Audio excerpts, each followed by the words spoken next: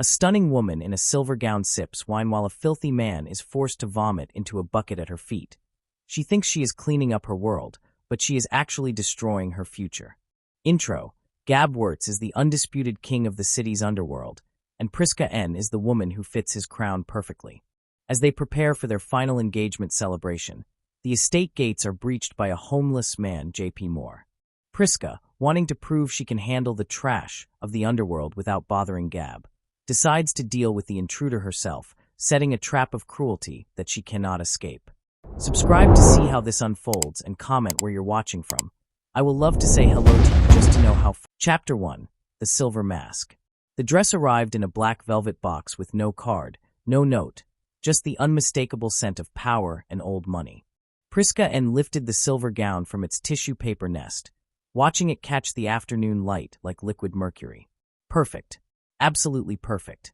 She held it against her body, studying her reflection in the floor-length mirror of the master bedroom. Her bedroom, soon enough. The gown would cling to every curve, announcing to every crime lord, politician, and society vulture in attendance that she wasn't just Gab Wirtz's fiancée. She was the future First Lady of the underworld's most feared empire. Miss Prisca. A timid knock interrupted her reverie. The hairstylist is here. Send her up. Prisca didn't look away from her reflection. She was memorizing this moment, this version of herself, before she became untouchable. Tonight's gala would seal everything.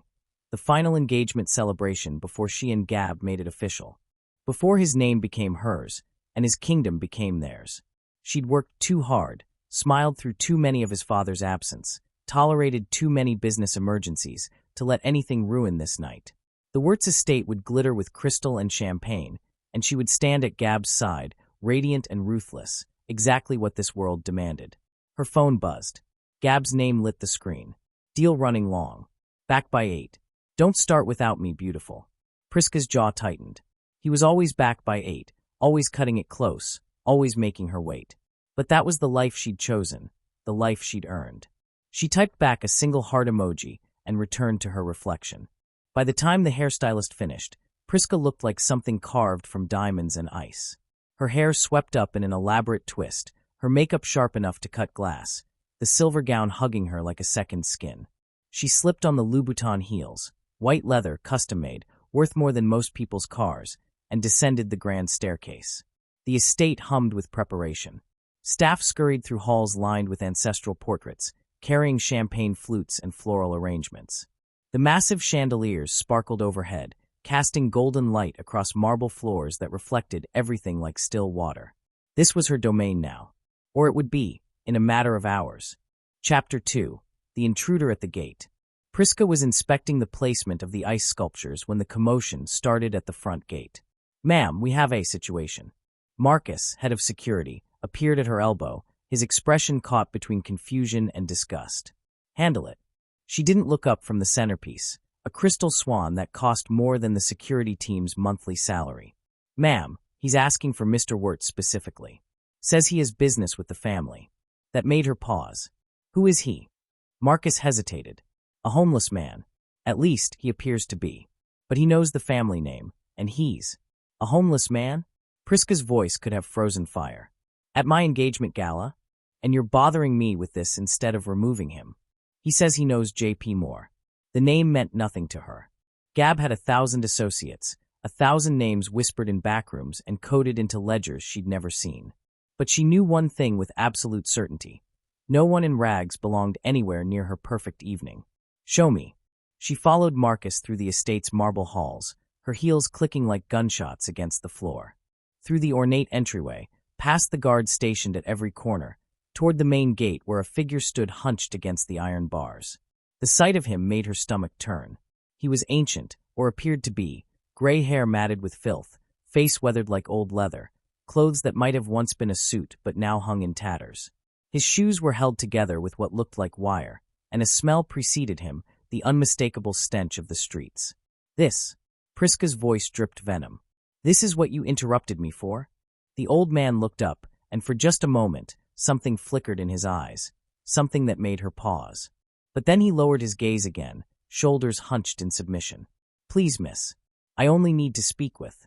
You need to leave." She turned to Marcus. "Why is he still here?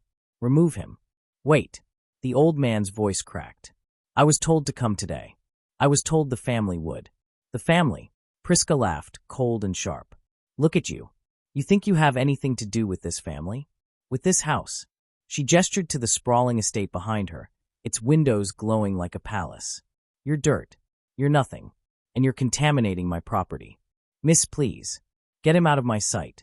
But as the guards moved forward, the old man stumbled.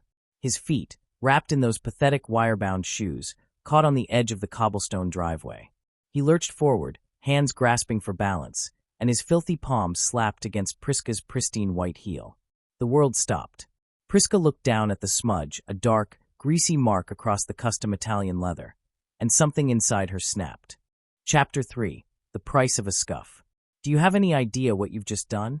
Her voice was quiet now, which made it infinitely more dangerous. The guards froze. Even Marcus took a step back. The old man stared at his own hand, trembling, then at the shoe he'd marked. I'm sorry, I didn't mean. These shoes cost $12,000. Prisca's smile was a blade. Can you even comprehend that number? Of course you can't, because you're nothing but a parasite who's wandered too far from the gutter. She turned to Marcus. Bring him inside. Ma'am, you heard me. If he's going to ruin my property, he's going to pay for it. Bring him to the hall. The guards exchanged glances, but they knew better than to question her. They grabbed the old man by his arms. He didn't resist, just let himself be dragged like a rag doll, and hauled him through the gates, across the pristine driveway, through the grand entrance. Prisca followed, her damaged heel clicking unevenly against the marble. Staff members pressed themselves against the walls as she passed, their eyes wide. They'd seen her angry before, but this was different. This was personal. The great hall was a cathedral of wealth, vaulted ceilings, chandeliers dripping crystal, portraits of Wirtz ancestors watching from gilded frames. The old man looked impossibly small in the center of all that grandeur, held upright by guards twice his size. On your knees, Prisca commanded. He sank down slowly, joints creaking. Up close, she could see the dirt caked under his fingernails, the gray stubble on his jaw, the way his hands shook. Pathetic. Absolutely pathetic. Do you know what it means to have nothing? She circled him like a predator. Because I'm going to teach you. You touched something precious with your filthy hands, and now you're going to understand the cost. She snapped her fingers. A young servant appeared with a bucket and a scrub brush. Clean it, Prisca said, pointing to the floor around her feet.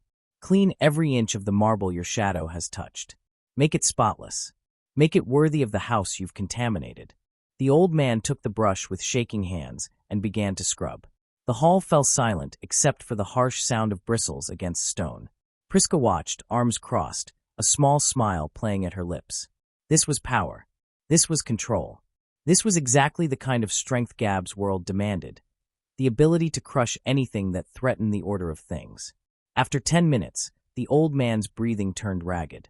His shoulders heaved with effort. But Prisca just stood there, examining her nails, letting him suffer. Faster, she said. You've wasted enough of my time. Chapter 4. The Wine of Humiliation. When the floor finally met her standards, which took another 20 minutes of scrubbing, Prisca called for wine. A servant appeared with a bottle of Chateau Margaux, vintage 1995, worth more than most people earned in a year. She took the glass, swirled it, let the old man watch the deep red liquid catch the light. You must be thirsty, she said sweetly. All that hard work.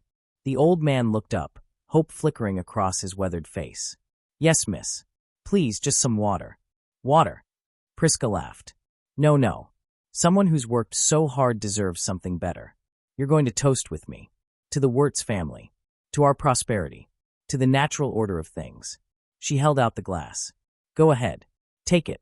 He reached for it with trembling hands, and for a moment, Prisca let him believe she might actually show mercy. His fingers wrapped around the crystal stem. She pulled it back. Wait. First, tell me what you are. Confusion clouded his eyes. I don't understand. Tell me what you are, she repeated, voice hardening. Tell me the truth about where you belong in this world. The old man's throat worked. I'm nobody. Louder. I'm nobody. And where do you belong? The streets. Perfect. She smiled. Now you may drink. She tipped the glass forward, but instead of letting him take it, she poured. The wine cascaded over his head, soaking into his matted hair, running down his face in dark rivulets that looked like blood in the chandelier light. He gasped, sputtered, tried to shield himself, but Prisca just kept pouring until the glass was empty. "There," she said, setting the crystal down with a delicate clink. "Now you've tasted the Wirtz hospitality. How does it feel to be in the presence of greatness?" The old man wiped his eyes, wine dripping from his chin onto the floor he'd just scrubbed clean. He said nothing, just knelt there, soaked and shaking, while Prisca's laughter echoed through the hall. She was about to call for the guards to throw him out when a small voice interrupted. "Miss Prisca." Chapter 5. The Silent Witness. Sophie stood at the edge of the hall, a glass of water in her hands. The young maid's face was pale, her eyes fixed on the old man with something that looked dangerously like recognition. "What do you want?" Prisca snapped. "I thought he might need water." "After." Sophie's voice trailed off. Prisca's eyes narrowed. "After what?" "After I taught him a lesson he desperately needed." She crossed the distance between them in 3 sharp strides. "You feel sorry for him?" "No, miss, You just what? Thought you'd undermine me? Thought you'd show compassion to trash that wandered onto our property." Prisca grabbed the glass from Sophie's hands. "Is that what you thought?" Sophie's eyes went wide with fear. "Please, I was only trying to help." "Help?" Prisca's voice rose. "This is my house, my domain, and when I discipline someone, you don't get to undo it with your pathetic charity." She turned back to the old man, still kneeling in his puddle of wine and shame. "You see this? This girl thought you deserved kindness. Thought you deserved water." She held up the glass. "But you know what? I think you've had enough to drink." And she threw the water in his face. Sophie gasped. The old man flinched but didn't cry out, just absorbed it, head bowed, as water mixed with wine and dripped onto the marble. "Let this be a lesson to everyone," Prisca announced to the gathered staff who'd been slowly creeping closer to watch. "This is what happens to those who forget their place. This is what happens when you think you're worthy of mercy you haven't earned." She grabbed Sophie by the arm. "And you're dismissed. Consider yourself lucky I don't have you thrown out alongside this filth." Sophie stumbled backward, tears streaming down her face, and fled. Prisca turned back to survey her work, the old man, broken and soaked, kneeling in the great hall of the Wirtz estate. The staff watching with barely concealed horror. The chandeliers casting judgment from above. Perfect. She'd proven her point. She'd shown them all what strength looked like. She was about to call for the guards when she heard it, the sound of a car door slamming in the front drive. Heavy footsteps approaching. A voice she knew better than her own. Gab was home early. Chapter 6. The King Returns. Gab Wirtz moved through his ancestral home like a storm gathering strength. Something was wrong. He'd felt it the moment his car pulled through the gates, a tension in the air, a wrongness that prickled at the back of his neck. The deal had gone smoothly. Too smoothly, maybe, which was why he'd cut it short and come home. In his world, when things went perfectly, it usually meant someone was getting ready to stick a knife in your back. But the wrongness wasn't coming from outside. It was coming from inside his house. "Where is everyone?" he asked Marcus, who'd appeared at the entrance looking strangely pale. "Sir, there's been a situation." Gab's hand moved instinctively toward the gun at his hip. "What kind of situation?" "Miss Prisca is in the Great Hall. She's handling an intruder. An intruder. In his house. And no one had called him." Gab's jaw tightened as he strode toward the hall, Marcus trailing behind like he wanted to say something but couldn't find the words. The scene that greeted him made his blood run cold. Prisca stood in the center of the hall, radiant in her silver gown, a small smile on her face. At her feet knelt a figure soaked in what looked like wine and water, head bowed, shoulders shaking. Guards flanked them both. Staff members lined the walls, their faces masks of shock and horror. "Gab." Prisca's face lit up when she saw him. "You're early. Perfect timing, actually. I've caught a spy trying to infiltrate the estate. Some beggar claiming to have business with your family. I've been teaching him what happens to people who don't know their place." Gab didn't answer. He was staring at the kneeling figure, at the ragged clothes, the gray hair matted with liquid, the shaking hands. At the familiar slope of the shoulders. At the shoes held together with wire. "I handled it exactly how you would have," Prisca continued, oblivious. "Didn't bother you with the details, didn't let him contaminate the gala. I've shown everyone here that I can protect this house just as fiercely as everyone out." Gab's voice was barely above a whisper, but it cut through Prisca's words like a blade. She blinked. "What?" Everyone. Out. Now. The staff didn't need to be told twice. They scattered like birds before a gunshot, disappearing into the corridors.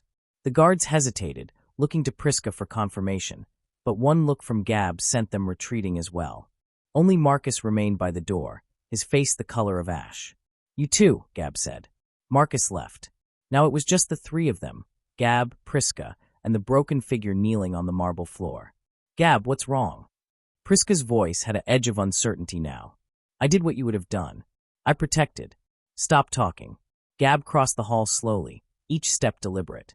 He moved past Prisca without looking at her, past the puddle of wine and water, until he stood directly in front of the kneeling man. Then he did something that would shatter Prisca's world. He dropped to his knees. Chapter 7. The Confrontation in the Hall. "Father," Gab whispered. The word hung in the air like a death sentence. Prisca's breath caught. "What?" The old man finally looked up, and when his eyes met Gab's, they weren't the eyes of a beggar anymore. They were the eyes of a king in disguise, sharp, ancient, filled with a terrible knowledge. "Gab," J.P. Moore said softly. "My son." The room tilted. Prisca grabbed the back of a chair to steady herself, her mind racing through everything she'd just done, everything she'd just said, trying to make the pieces fit together in a way that didn't end with her complete destruction. "No," she breathed. "No, that's not possible. Your father is." "Standing right here," Gab finished, his voice hollow. "The man you've been torturing for the past hour is J.P. Moore, the founder of this empire. The man who owns every brick in this house, every dollar in our accounts, every connection that keeps us alive." He turned to look at her, and Prisca had never seen that expression on his face before, a mixture of heartbreak and rage so profound it seemed to age him 10 years in an instant. I didn't know," she stammered. "How was I supposed to know? He came here dressed like a beggar?" JP's voice cut through her excuse, and suddenly it wasn't the voice of a broken old man anymore. It was the voice of someone who'd commanded empires, who'd built kingdoms from blood and will. "That was the point, child. That was always the point." He rose slowly, Gab's hands supporting him, wine and water dripping from his clothes onto the pristine floor. Standing at his full height, even in rags, J.P. Moore radiated a power that made Prisca's expensive dress feel like costume jewelry. "I wanted to see," J.P. continued, his eyes locked on hers, "if the woman my son had chosen to share his throne loved him for who he is, or for what he commands. I wanted to see if she had the wisdom to recognize that power sometimes wears unexpected faces. If she had the compassion necessary to rule with mercy as well as strength." He took a step forward. Prisca took a step back. "Instead, I found a woman who measures worth in dollars and judges souls by their shoes. A woman who thinks cruelty is strength, humiliation is power, and mercy is weakness." His voice dropped to something deadly quiet. "I found a viper in my son's bed. Gab, please." Prisca turned to her fiancé, her voice breaking. "Please, you have to understand. I thought I was protecting you. Protecting us. I thought." "You thought you could torture an old man for sport," Gab said flatly. "You thought you could pour wine over someone's head and laugh about it. You thought you could punish a maid for showing basic human decency." He shook his head slowly. "I don't know who you are, Prisca, because the woman I loved would never." "Don't you dare," she snarled, desperation making her reckless. "Don't you dare judge me when you're the one who's never here. You're always gone, always dealing, always choosing your business over me. I've had to become this hard to survive in your world. You made me this way." "No." JP's voice was final. "You did this to yourself, and now you'll face the consequences." Chapter 8. The Father's Verdict. J.P. Moore straightened his shoulders, and despite the rags and the wine stains, he looked every inch the titan who'd built an empire from nothing. "Do you know what your family owes me, child?" he asked Prisca, his voice conversational now, which made it infinitely more terrifying. "Your father's shipping business. Your mother's boutiques. The very house you grew up in. All of it standing on loans and favors I provided years ago." Prisca's face went white. "I could call them all in tomorrow," JP continued. "One phone call, and your entire family would be bankrupt by sunset. Everything you've ever known gone. But I'm not going to do that. Not because you deserve mercy, but because I'm not the monster you tried to make me into." He turned to Gab. "The choice is yours, son. She's your fiancée, your future. Or she was." His eyes were sad but firm. "But understand this. If you choose her, you choose against everything I've built. Every connection, every alliance. every ounce of respect this family has earned. Because I will not share a roof with a woman who pours wine over a beggar's head for entertainment. Gab stood frozen between them, his father on one side, his fiancée on the other. Prisca could see the war raging behind his eyes, could see him trying to find a way to save both his love and his legacy. Gab, please. She reached for him, but he stepped back. I can change. I can be better. I love you, I. Love. JP laughed bitter. You love his power. You love his name. You love the idea of being queen. But love. True love sees beyond the surface. True love shows kindness even when no one's watching. True love. He looked at his son with infinite tenderness. True love would never do what you did today. Gab closed his eyes. When he opened them again, the decision was written across his face. I'm sorry, Prisca. Those 4 words destroyed her more completely than anything else could have. No. She grabbed his arm. No, you can't do this. We're supposed to get married. Tonight is our engagement gala. Everyone's coming. Everyone will see. Everyone will see that Gab Wirtz protects his blood above all else, JP said quietly. Everyone will see that this family has standards. Everyone will see that actions have consequences, even for the beautiful and the privileged. He nodded to someone behind her. Prisca turned to find Marcus standing in the doorway, his face carefully neutral. Miss N needs to be escorted from the property, JP said. She's no longer welcome in this house. You can't do this. Prisca's voice rose to a shriek. I am Prisca N. My family has connections, money, power. Had, JP corrected gently. Past tense. Because after today, every family in this city will know what you did. They'll know you tortured the wolf's father for sport. They'll know you failed the most basic test of character. And they'll want nothing to do with you. Prisca looked at Gab, desperate, searching for any sign he might still save her. But he just stood there, one hand on his father's shoulder, his face carved from stone. I loved you, he said finally. I really did. But my father is right. I don't know who you are anymore. Maybe I never did. Marcus's hand closed around her arm, gentle but firm. No. Prisca tried to pull away. No, this isn't how this ends. I'm supposed to be queen. I'm supposed to. But Marcus was already walking her toward the door, and no matter how hard she struggled, she couldn't break free. The last thing she saw before the doors closed was J.P. Moore, still dripping with wine, standing tall and terrible in the center of the hall, a king who'd tested his kingdom and found it wanting. Chapter 9, The Fallout. The doors closed behind Prisca with a finality that echoed through the hall. For a long moment, father and son stood in silence, surrounded by the evidence of the evening's horror. Puddles of wine and water, the discarded bucket and brush, the stain of cruelty that seemed to seep into the very marble. I'm sorry you had to see that, JP said finally, his voice tired. I'm sorry I had to do that. Gab helped his father into a chair, his hands shaking. You knew. You knew what she was, and you tested her anyway. I hoped I was wrong. JP looked down at his ruined clothes. I hoped that the woman you'd fallen in love with had more substance than I'd seen in her eyes. But hope doesn't change reality, son. Only truth does. She's right about one thing, Gab said, his voice hollow. Everyone will see this. Everyone will know that my engagement fell apart hours before the gala. They'll wonder if I'm weak, if our family is fracturing. JP shook his head.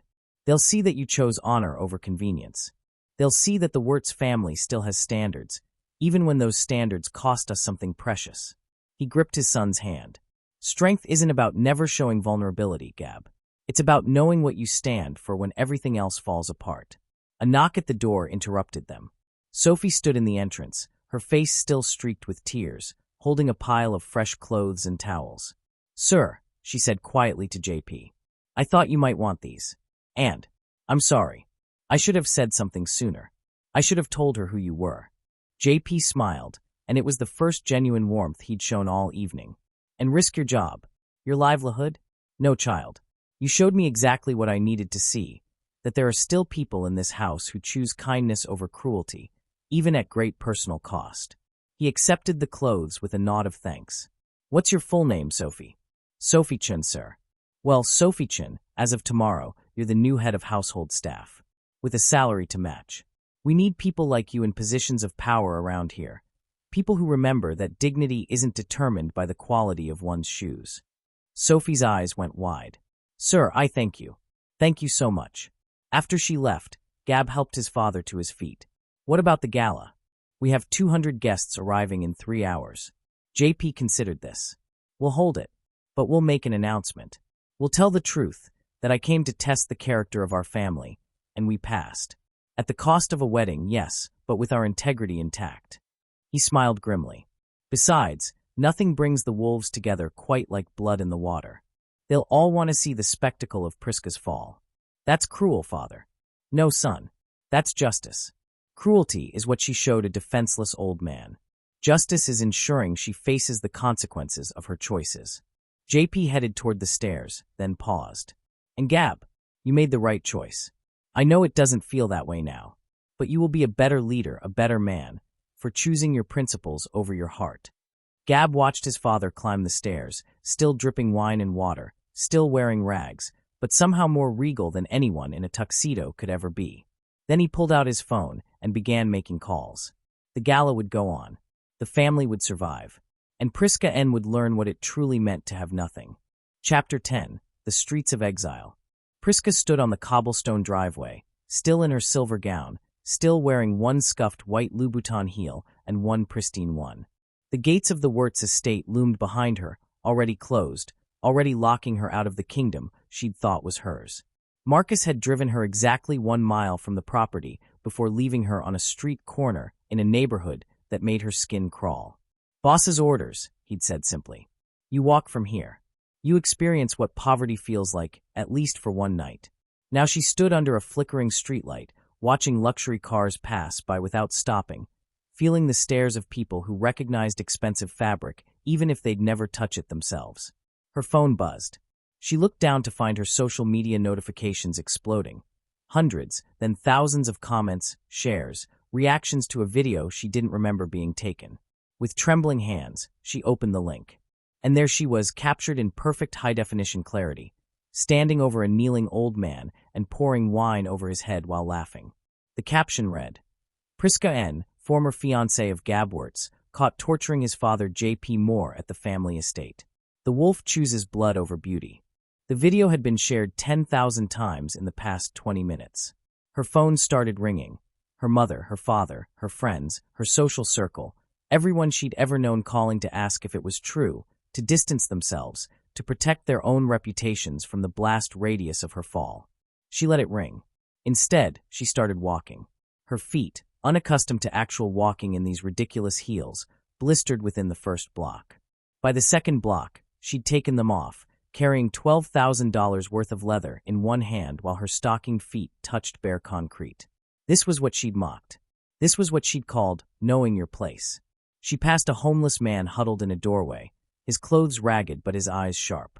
He looked at her evening gown, her diamonds, her obvious displacement, and laughed, a sound that echoed everything she'd said to J.P. Moore just hours ago.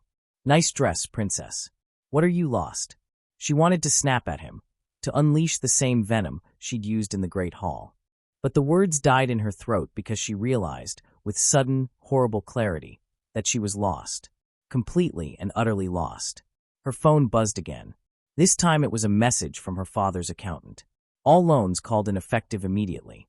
J.P. Moore has exercised his right to full repayment.